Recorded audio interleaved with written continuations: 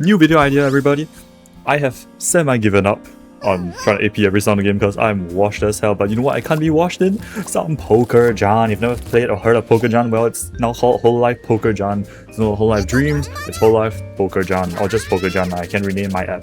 This game is really simple. It's like Mahjong. You played Mahjong before, but basically what you do, you give people generational debt. Now, why am I on a 1k lobby? What the heck? Okay, so this game is really simple. What you do is you prepare a bunch of hands and you try to get this score. So let me do my best to explain while I play this game right here. So you have like a bunch of cards. Every game there'll be 4 gens of Hololive members that will take up the set pool, and what you do is you form pairs, or like depending on the different gens, right? I'm just gonna troll a little bit. I'm not gonna do my due diligence, you know what I'm saying? But if you played something like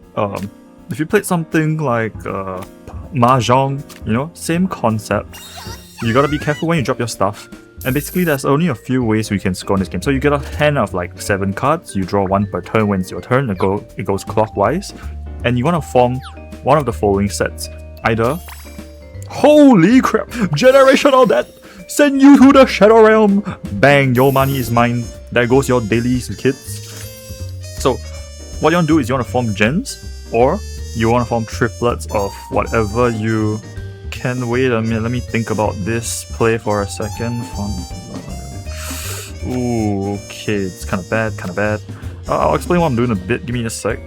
Okay, so what you're doing is you want to form either the gen. So let's say you have 5 advent cards. So just I played 4 gamer cards because I had Fubuki, Miyo, Gayu, and Korone. So you want to play. Oh, eat shit! That's right! Your money is mine.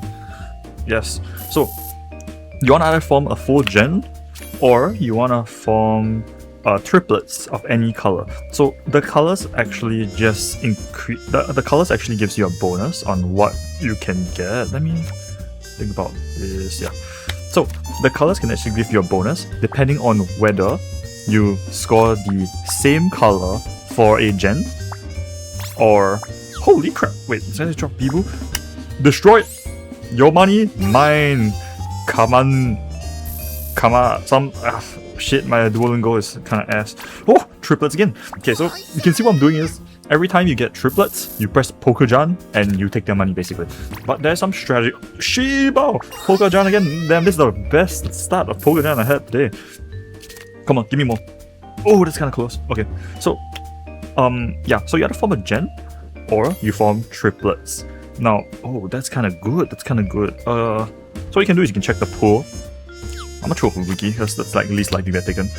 Yeah, okay, so there's some strategy to how you play. If you play Mahjong, so you want to be defensive or offensive. So let me explain how you win the game, right? So your different hand sizes, depending, usually the longer the pair or the longer the set gives you more points, and the more synchronized colors, so like if all of them are the same color, you get a huge bonus of that. So for example, hold, this is kind of a deadly ass hand. Let me throw out it's probably Fuwawa. You can check the pool, sure, Fuwawa. Yeah, let him eat. It's probably a triplet, right? Oh shit, okay, sure. Was not expecting that. Holding so many advent cards and so many advent cards kind of fall. Okay, but no. Oh shit. Okay, don't worry about that. We'll cook him. He's playing so defensive. He dropped like 5 promise cards, but it's fine. It's all good. So depending on the number you see on the left and the right. So the left is actually if you just form a set regardless of color. On the right is if you form a full set of colors. So let's say I have a set of Ollie, Anya, and Reine. Different colors, that'll be 180 points. If I have a full same set of colors, it's 480 points. If it's a triplet, it's 120, same color, 840. Yeah. And it divides, basically, how it works is that, oh shit, this is kind of a scary lobby, man. Do I play defensive or not? I'll probably drop Biju, might get eaten by a triplet here. Nah, okay, quite clean. So the name of the game is you make someone bankrupt. So you see Fubuki now is 80 coins, which now she has 20. Generational debt, by the way, 0 giga loss of aura, man. Don't know what she's doing. Yeah, give me that shit. Come on, I want to beat this Raden, man. This Raden's like kinda cooking because she did hit a crazy self-draw of a...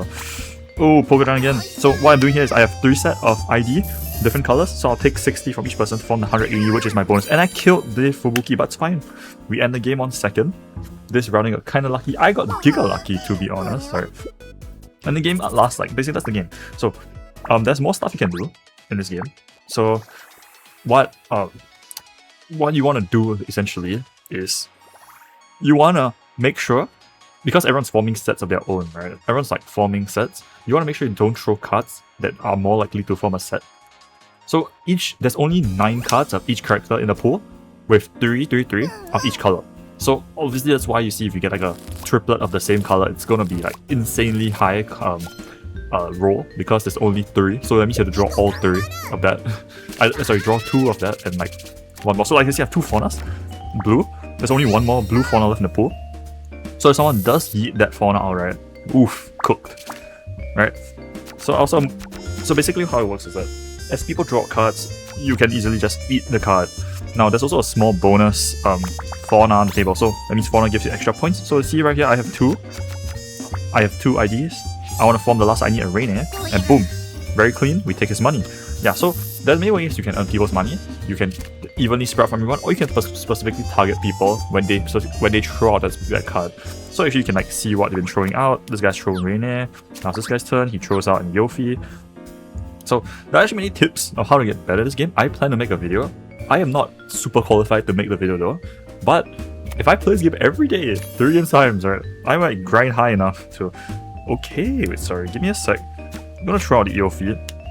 Yeah, okay. So what I'm doing, why am I throwing out EO feed? Essentially because a very simple game plan is if you see people throw out EO fees or people just score with like, for example, getting ID. So I just scored ID, right? Oh no, so I saw Gen 2, my bad. But I think people score, that's when you can actually consider when to throw the card now. So this guy's been throwing this Narissas, so... Oh, Ollie. I just played Ollie, so it's fine. Maybe someone could eat this, it's fine. Really fine. Within... Yeah, sure. Within expectation. So, yeah, triple Ollie. Yeah, kind of there's a lot of Ollies in the pool. So, what I really enjoy about this game is that every time the strategy changes depending on the gens. Like, people actually don't really realize that, but the size of the card pool matters. So this is a relatively balanced one, but it's kind of awkward because there's ID. ID is like triplets, you see. So you can score a hand by either getting triplets, which is honestly the same for everything, or get the full gen set, which is a high chance because to score it is like you just need to draw 2 ID members and someone needs to throw the last one and bang, money. Okay, this is like not ideal, man. I don't like what I see here. Shit. Probably gonna throw on Narissa. I'm gonna play Narissa Shiori because to be safe. So yeah, what you wanna do, this kind of there's a little bit of strategy involved whereas like you can either play very small hands, quick hands with like triplets or like gens. Triplets is honestly one of the best ways to just quickly progress the game. Another thing about this game is that draw power is extremely important because when you get to draw cards constantly, you are going to pressure the lobby because you keep taking away the people's cards. So like in Mahjong actually, there is actually no way for you to draw extensively other than, reaching your turn or hitting some kind of like a quad, just like gang, Oh, okay, doubles. I like what I see, but let me think about this. I probably could check the thing, but I'm gonna be a bit conservative. I'm gonna throw away. I'm really check right now, man. Actually, might be Iris. Yeah, okay. So take a bit of gamble here. Yeah, assuming Iris is not out yet, people are probably waiting for the same stuff. Yep, I took the risk there, but basically, I'm not playing the best right now because I'm also still explaining. Obviously, I'll get better as I do this. I don't play this a lot, but I really like Pokerjan. It's like my 15 to 20th game, and I've been causing generational debt to people. So you enter the game with 1,000 coins, and essentially if you're above 1,000 means you're above average. If you're below 1,000 means, you got like that. You reach 0, absolutely cooked, you have no money. Also, damn, these are kind of ass weak draws, man. I don't want to... Okay, the reason why I'm throwing out promise cards, even though I have a full set, is that I want to play out I'm not sure about. This might get cooked here. Okay, fine, sure. Okay, so generally, these kind of games, as a Pokerjan, sorry, forming big sets like for full promise or full advent is really disadvantageous to most players. So actually, a lot of players might not have that full hand, so there's a risk because you know it breaks up 4 of your slots, right, which is more than half, making you like, man, what the flip are these draws? So yeah, so what I want to do is, people don't generally form big sets, try to form small sets with a preparation of a smaller set. Oh, that's clean color. Because, or like, at least the game theory is that you'd want to draw more, right? So like stuff like this, where like I'm waiting on a Mokoko, I'm waiting on Sfauna. You want to wait on more cards than normal. You want to wait on more cards, yeah. You just want to keep waiting on more cards. Because when you have more cards on wait, there's a higher chance of you drawing it. Versus I'm waiting, let's say I have a pair of 4, I'm waiting for... Oh, sorry, in this example, let's say I have just now full advent, right? I was waiting for a promise, I don't know who the hell was I waiting for. Mume, I was waiting for... Who was that promise member? I wait for who? Get Crony out. No, Crony, Mume, Iris. What? I mean, I did kind of draw into it, right? 1, 2, 3, 4. Yeah. Okay, sure. Yeah, so kind of like, I think I was waiting for someone, I just drew it, but like, basically I'm bricked up. Woohoo! I'm breaking my hand. Breaking means I'm like loading my hand with cards that I can't really use. Obviously, I'm trying to look for that big play, right? Some people take the big risk reward. Right now, I'm just looking to play safe. This is a really dangerous throw. Someone might just eat the money for that. I'm gonna throw out an advent card. Yeah, okay. Reason why I'm a bit scared to throw this Anya is because generally the 3 card pairs, like, sorry, did she just throw an Anya? I just realized, I'm stupid. Yeah, generally, forming 3 gens, like 3-member gens, 3-member like pair cards is easier to get eaten by someone because, you know, obviously it's smaller, because most people are playing small hands. So the only time where I really go for a huge play of like a full promise or event in this situation, it's when I have 3 of the set and I can throw out some cards. Okay, nice, finally, Bao. Okay, so this is the situation, right? Too many promise cards in the out. So honestly, I doubt that I will actually hit some promise cards, or just hit the whole freaking set, right? Oh my god, I just drew into that. Okay, sure. I don't like it. That's not a full, but it's a bonus. So this is when I take that. So this is that one. This one. Oh my god! Oh my god! Generational debt! Send you to... Oh! You are cooked! Double debt! Double generational debt! Send you to hell. I'm sorry, but your money is now my money. That's why I love playing this game, man. Oh my god. When you play right, you play it safe, and then you just... BAM! You know? You just slap him right in the face and tell him, your money is my money now. Oh, I love it, man. There goes his little dailies, you know? You know, every day you have like 100 energy and you can trade that falling for like 1,000 coins. Well, those coins are now mine. Ha! Okay. I'll play 3 games of this, man. I am the Pokerjan god, honestly. Okay. Okay, look, this... So, there's something called a card pool as well. So, what I mean by that is... Just now in the previous game, we had two gens with... This is kind of a pretty okay hand. Yeah, generally, there will be different rounds, there will be different card size pools, because now you see we have 2 5 gens, 2 gens with 5 members. I'm not sure about that, let's just be safe. We have 5 gens, so like you see Holo X and Myth, they have 5 members. ID has 3 members and Gen 2 has 4 members. So total, there is 17 different types of cards versus the previous game where it's just 16. That means there is 9 cards more in this pool.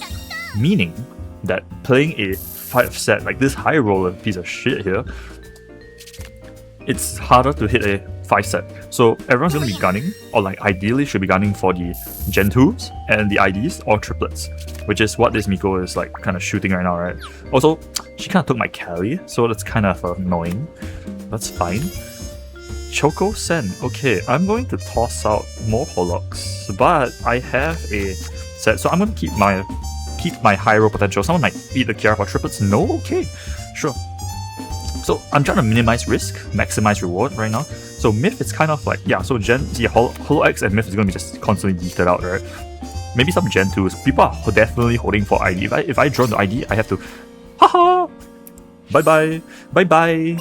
Haha, you thought Shion was safe? Nope, I high rolled into the Choco Sand. Rip. Okay, nice. So we got that now going. I'm gonna throw out my Shion now.